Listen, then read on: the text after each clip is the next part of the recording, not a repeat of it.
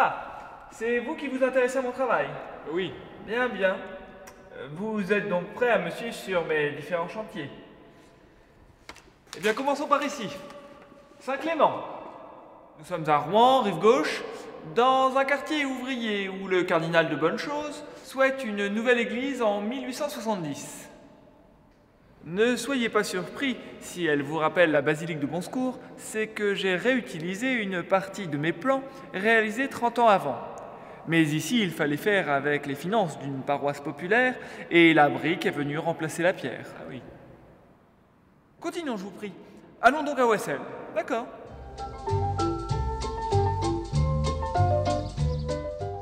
Et voici Saint-Martin de Wessel. Rien à voir avec l'église fondée à l'époque mérovingienne, n'est-ce pas? J'ai agrandi et finalement remplacé la construction précédente. On poursuit? Elbeuf maintenant.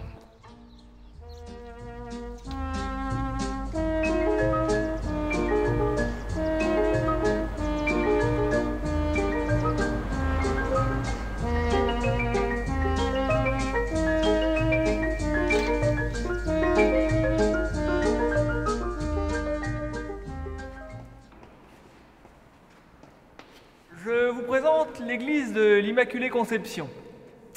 Il y a un petit air de famille avec Bonsecours, n'est-ce pas? Oui. Comme certains riches industriels du drap fréquentaient la paroisse, on pouvait ici se permettre d'utiliser la pierre. Et j'ai même pu, au cours de la construction, rallonger la nef, afin de la rendre plus harmonieuse. C'est aujourd'hui l'une des églises du XIXe siècle les plus complètes de notre métropole. Avec ma chère basilique de Bonsecours, bien évidemment. Oui, bien sûr. Nous ne sommes pas loin de Caudebec-les-Elbeuf. Allons-y.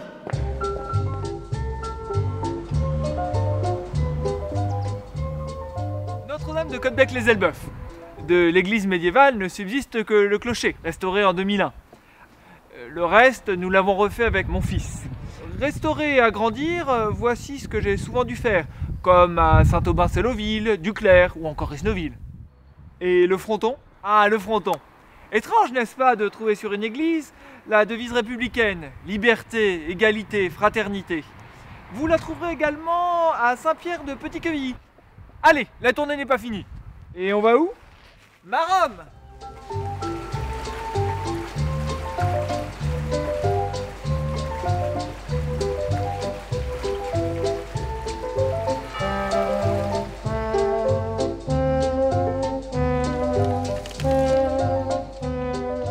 Encore une église dédiée à Saint-Martin. Là, plus de doute, vous avez reconnu les caractéristiques de mon style. Une architecture néogothique, un clocher unique élevé sur la première travée de la nef, un chœur accompagné de 2 chapelles latérales, une décoration intérieure homogène, des vitraux. Encore une fois, le travail fourni à Bonsecours a servi ma carrière. Les maires et les curés qui finançaient alors les travaux pouvaient voir la basilique et me demander, selon leurs ressources, de faire une église dans son genre, mais plus petite, plus économique, avec moins de sculptures. Comme nos maisons témoins en quelque sorte. Oui. Allez, en avant. Biorel maintenant.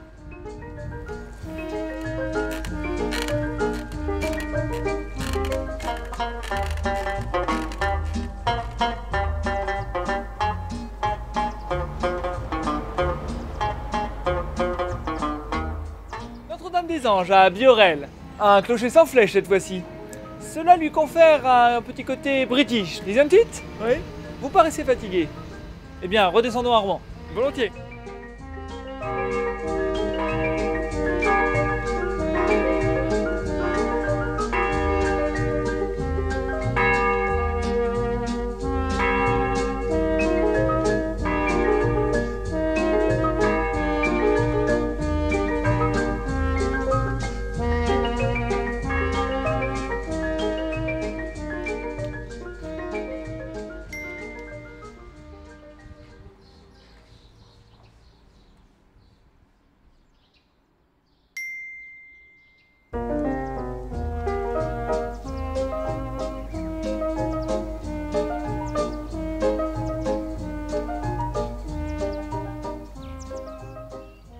Notre-Dame de l'Assomption, Sotteville-les-Rouen, consacrée en 1863.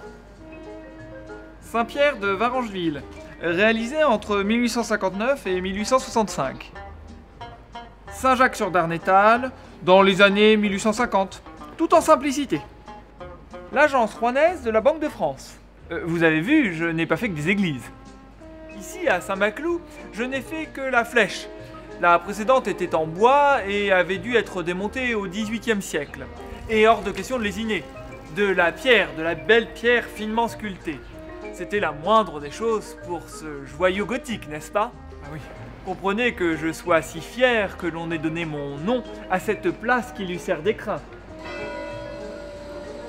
Oh, mon ami, vous m'excuserez, mais je suis attendu par mon fils Eugène, là-haut, sur la cathédrale.